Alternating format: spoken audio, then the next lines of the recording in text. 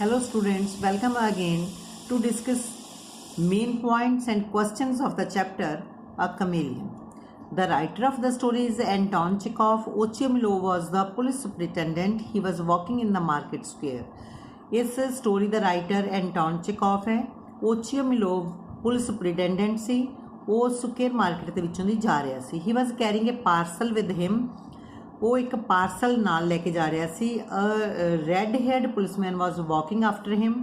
ਇੱਕ ਲਾਲ ਵਾਲਾ ਪੁਲਿਸਮੈਨ ਉਹਦੇ ਪਿੱਛੇ ਜਾ ਰਿਹਾ ਸੀ। ਉਹਦਾ ਨਾਮ ਸੀਗਾ ਯੈਲੇਡਰਨ, ਪੁਲਿਸ ਵਾਲੇ ਦਾ ਨਾਮ ਸੀ। He was carrying a sieve full of ਗੂਸਬੈਰੀਜ਼। ਸੀਵ ਹੁੰਦੀ ਹੈ ਛਾਨਣੀ, ਗੂਸਬੈਰੀਜ਼ ਹੁੰਦੇ ਆ ਖੱਟੇ ਫਲ।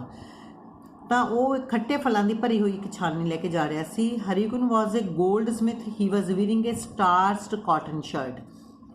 ਹਰੀਕੁਨ ਇੱਕ ਸੁਨਿਆਰਾ ਸੀ। ਉਹਨੇ ਮਾਵਾ ਲੱਗੀ ਹੋਈ ਕਾਟਨ ਦੀ ਸ਼ਰਟ ਪਾਈ ਹੋਈ ਸੀ। He was chasing the dog. His finger was bleeding. It was bitten by a dog. ਉਹ ਇੱਕ ਕੁੱਤੇ ਦਾ ਪਿੱਛਾ ਕਰ ਰਿਹਾ ਸੀ। ਉਸ ਦੀ ਉਂਗਲ ਦੇ ਵਿੱਚੋਂ ਖੂਨ ਵਗ ਰਿਹਾ ਸੀ। ਉਸ ਨੂੰ ਇੱਕ ਕੁੱਤੇ ਨੇ ਕੱਟਿਆ ਸੀ। It was a small white puppy. ਇਹ ਜਿਹੜਾ ਕੁੱਤਾ ਸੀ ਇਹ ਛੋਟਾ ਜਿਹਾ ਵਾਈਟ ਕਲਰ ਦਾ ਪੱਪੀ ਸੀ। He demanded compensation. Police superintendent agreed with him. Hryukin ਜਿਹੜਾ ਸੀਗਾ ਉਹ ਮੁਆਵਜ਼ਾ ਮੰਗਦਾ ਸੀ ਅਤੇ ਪੁਲਿਸ ਸੁਪਰੀਟੈਂਡੈਂਟ ਉਸ ਨਾਲ ਸਹਿਮਤ ਸੀ। ਐਗਰੀਡ ਵਿਦ ਹੁੰਦਾ ਸਹਿਮਤ ਹੋਣਾ। He asked for the owner of the dog. He came to know that it was general's dog. ਉਹਨੇ ਕੁੱਤੇ ਦੇ ਮਾਲਕ ਬਾਰੇ ਪੁੱਛਿਆ ਤਾਂ ਉਸਨੂੰ ਪਤਾ ਲੱਗਿਆ ਕਿ ਇਹ ਕੁੱਤਾ ਜਿਹੜਾ ਸੀ ਜਨਰਲ ਦਾ ਸੀ। ਹੀ ਚੇਂਜਡ ਹਿਜ਼ ਓਪੀਨੀਅਨ। ਉਹਨੇ ਆਪਣਾ ਵਿਚਾਰ ਨਾਲ ਦੀ ਨਾਲ ਬਦਲ ਲਿਆ। ਜਨਰਲਸ ਕੁੱਕ ਆਈਡੈਂਟੀਫਾਈਡ ਦਾ ਡੌਗ। ਜਨਰਲ ਦਾ ਜਿਹੜਾ ਕੁੱਕ ਸੀ ਉਹਨੇ ਆ ਕੇ ਕੁੱਤੇ ਦੀ ਪਹਿਚਾਣ ਕੀਤੀ ਸੀ। ਕਿਹਦਾ ਸੀਗਾ? Prokhor was general's cook. ਇਹ ਜਿਹੜਾ ਜਨਰਲ ਦਾ ਕੁੱਕ ਸੀਗਾ ਉਹਦਾ ਨਾਮ ਸੀ ਪ੍ਰੋਹਰ। ਪ੍ਰੋਹਰ ਜਨਰਲ ਦਾ ਕੁੱਕ ਸੀ। The dog was of general's brother. ਜਿਹੜਾ ਕੁੱਤਾ ਸੀ ਉਹ ਜਨਰਲ ਦੇ ਭਰਾ ਦਾ ਸੀ। ਦ ਕੁੱਕ ਟੁੱਕ ਅਵੇ ਦਾ ਡੌਗ। ਕੁੱਕ ਉਸ ਕੁੱਤੇ ਨੂੰ ਲੈ ਗਿਆ। ਓਚੀਓ ਮਿਲੋਵ ਸਕੋਲਡਡ ਹਰੀਕੁਨ। ਓਚੀਓ ਮਿਲੋਵ ਜਿਹੜਾ ਪੁਲਿਸ ਸੁਪਰੀਡੈਂਡੈਂਟ ਸੀ ਉਹਨੇ ਹਰੀਕੁਨ ਨੂੰ ਝਿੜਕਿਆ। ਸਕੋਲਡ ਹੁੰਦਾ ਹੈ ਝਿੜਕਣਾ। ਸਕੋਲਡਡ ਝਿੜਕਿਆ। ਦ ਕਰਾਊਡ ਮੇਡ ਫਨ ਆਫ ਹਰੀਕੁਨ। ਭੀੜ ਨੇ ਹਰੀਕੁਨ ਦਾ ਮਜ਼ਾਕ ਉਡਾਇਆ। ਸੋ ਇਹ ਸੀ ਇਹਦੇ main points. Now let's discuss questions of the chapter. What was ਓਚੀਓ।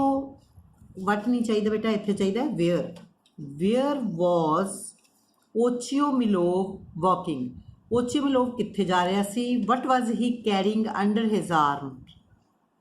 ਉਹ ਆਪਣੀਆਂ ਆਰਮਸ ਦੇ ਵਿੱਚ ਕੀ ਲੈ ਕੇ ਜਾ ਰਿਹਾ ਸੀ? He was walking ਅਕਰੋਸ the market square. ਅਕਰੋਸ the market square. Market square ਦੇ ਵਿੱਚੋਂ ਦੀ ਜਾ ਰਿਹਾ ਸੀ ਉਹ। ਆਪਾਂ ਇੱਥੇ ਮੇਨ ਪੁਆਇੰਟ ਵਿੱਚ ਵੀ ਕੀਤਾ ਇਹਨੂੰ। ਹੀ was carrying A parcel. Carrying A parcel ਲੈ ਕੇ ਜਾ ਰਿਹਾ ਸੀ ਪਾਰਸਲ ਨੂੰ। ਅੰਡਰ ਹਿਜ਼ ਆਰਮਸ ਆਪਣੀਆਂ ਬਾਹਾਂ ਦੇ ਹੇਠਾਂ। ਸੋ ਹੀ ਵਾਜ਼ walking ਅਕਰੋਸ the market square. He was carrying A parcel under his arms. What was the red ਹੇਅਰਡ man carrying in his hands. Red ਹੇਅਰਡ ਮੈਨ ਸੀ ਜਿਹੜਾ ਲਾਲ ਵਾਲਾ ਆਦਮੀ ਸੀ ਉਹ ਆਪਣੇ ਹੱਥਾਂ ਵਿੱਚ ਕੀ ਲੈ ਕੇ ਜਾ ਰਿਹਾ ਸੀ? ਉਹ ਇੱਕ ਛਾਨਣੀ ਗੂਸਬਰੀ ਦੀ ਭਰੀ ਹੋਈ ਲੈ ਕੇ ਜਾ ਰਿਹਾ ਸੀ। ਤਾਂ ਇਹਦੇ ਵਿੱਚੋਂ ਹੀ ਬਣਾਵਾਂਗੇ ਆਪਾਂ। ਇਹਦੀ ਜਗ੍ਹਾ 'ਤੇ ਲਾ ਲਾਂਗੇ he was carrying a sieve full of gooseberries. He was carrying a sieve full of gooseberries. ਉਹ ਗੂਸਬੈਰੀਜ਼ ਦੀ ਭਰੀ ਹੋਈ ਇੱਕ ਛਾਨਣੀ ਲੈ ਕੇ ਜਾ ਰਿਹਾ ਸੀ। Question number 3. How was Hryukin's bleeding finger a flag of victory? ਹਰੀਕਨ ਦੀ ਜਿਹੜੀ ਬਲੀਡਿੰਗ ਫਿੰਗਰ ਸੀ ਜਿਹਦੇ ਵਿੱਚੋਂ ਖੂਨ ਵਗ ਰਿਹਾ ਸੀ ਉਹ ਫਲੈਗ ਆਫ ਵਿਕਟਰੀ ਕਿਵੇਂ ਸੀ? ਹਰੀਕਨਸ ਇੱਥੋਂ ਹੀ ਆਪਾਂ ਬਣਾਵਾਂਗੇ। ਹਰੀਕਨਸ ਬਲੀਡਿੰਗ ਫਿੰਗਰ ਇੱਥੋਂ ਤੱਕ ਲੈ ਕੇ ਗਾਂ ਫਿਰ ਆਪਾਂ ਇਹਦੇ ਵਿੱਚੋਂ ਜੋ ਕੁਐਸਚਨ 'ਚ ਲੱਗਿਆ ਹੈਲਪਿੰਗ ਵਰਬ ਉਹੀ ਲਗਾਉਣਾ ਹੈ। Hryukin's bleeding finger was a flag of victory because. ਇੱਥੇ ਆਪਾਂ ਆਹ ਸੌਖਾ ਜਿਹਾ ਕਰਕੇ ਲਿਖ ਲਓ ਇਹਦੀ ਜਗ੍ਹਾ 'ਤੇ। Because the law was on his side, because the law was on his side। हाँ जी बेटे, एक क्वेश्चन याद करने ਵੇਲੇ ਤੁਸੀਂ ਮੇਰੇ ਨਾਲ ਨਾਲ बोलना है, ਤੁਹਾਨੂੰ याद हो जाएंगे सौखे। Now question number 4, why did Haryukun think that he must have damages? ਜਿਹੜਾ ਹਰੀਕਨ ਹੈ ਉਹ ਇਹ ਗੱਲ ਕਿਉਂ ਸੋਚਦਾ ਹੈ ਕਿ ਉਸ ਨੂੰ ਮੁਆਵਜ਼ਾ ਜਿਹੜਾ ਹੈਗਾ ਜੋ ਉਹਦਾ ਨੁਕਸਾਨ ਹੋਇਆ ਹੈ ਉਹਨੂੰ ਮਿਲਣਾ ਹੀ ਚਾਹੀਦਾ।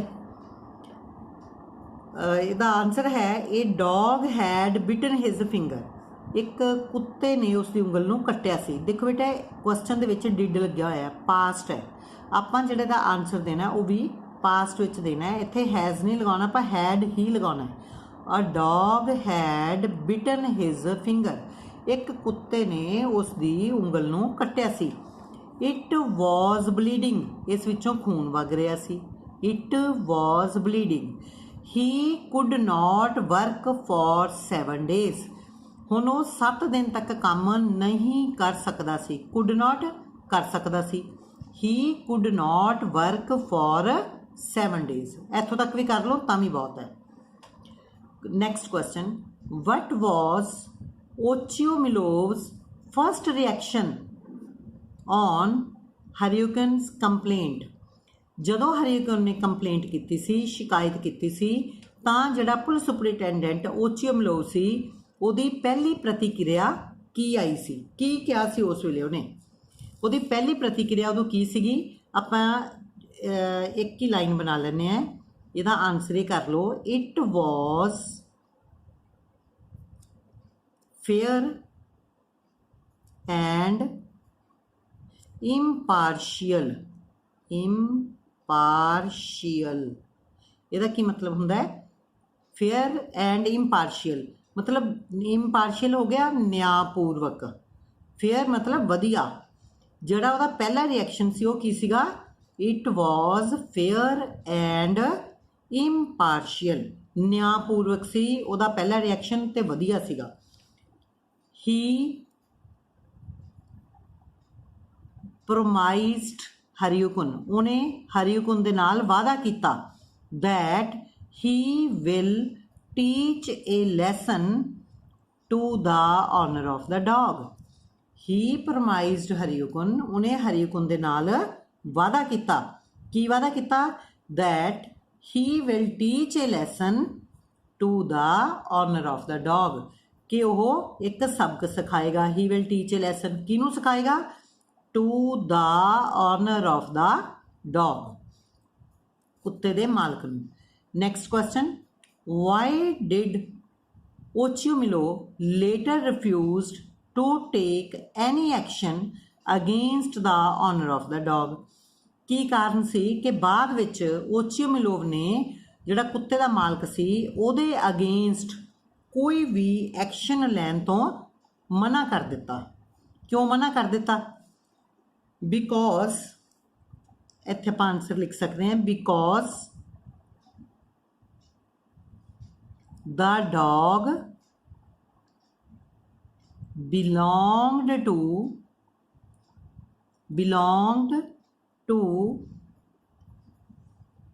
wealthy and belonged to a wealthy and powerful master। ਕਿਉਂਕਿ ਜਿਹੜਾ ਕੁੱਤਾ ਸੀਗਾ ਉਹ ਕਿਹਦਾ ਸੀਗਾ? ਇੱਕ ਅਮੀਰ ਬੰਦੇ ਦਾ ਸੀ ਤੇ ਪਾਵਰ ਵਾਲੇ ਬੰਦੇ ਦਾ ਕੁੱਤਾ ਸੀਗਾ। ਇਸ ਕਰਕੇ ਉਹਨੇ ਕੁੱਤੇ ਦੇ ਅਗੇਂਸਟ ਕੋਈ ਵੀ ਐਕਸ਼ਨ ਲੈਣ ਤੋਂ ਮਨਾ ਕਰ ਦਿੱਤਾ। Because the dog belonged to, ਜਿਹਦੇ ਨਾਲ ਸੰਬੰਧ ਰੱਖਦਾ ਸੀ, because the dog belonged to a wealthy and powerful master. Next question number 7. What was Ochiumilov's opinion when he came to know that it was General's dog? ਜਦੋਂ ਓਚਿਉਮਿਲੋਵ ਨੂੰ ਇਹ ਪਤਾ ਲੱਗਿਆ ਕਿ ਕੁੱਤਾ ਜਨਰਲ ਦਾ ਸੀ ਤਾਂ ਉਸ ਵੇਲੇ ਓਚਿਉਮਿਲੋਵ ਦਾ ਕੀ ਰਿਐਕਸ਼ਨ ਸੀ? He blamed Haryukun, ਉਹਨੇ ਹਰੀਕੁਨ ਤੇ ਦੋਸ਼ ਲਗਾਇਆ। ਬਲੇਮਡ ਹੁੰਦਾ ਦੋਸ਼ ਲਗਾਉਣਾ। ਹੀ ਬਲੇਮਡ ਹਰੀਕੁਨ ਕਾਹਦੇ ਲਈ? For the incident. ਇਹ ਜਿਹੜੀ ਘਟਨਾ ਹੋਈ ਸੀ ਉਹਦੇ ਲਈ ਉਹਨੇ ਹਰੀਕੁਨ ਤੇ ਦੋਸ਼ ਲਗਾਇਆ।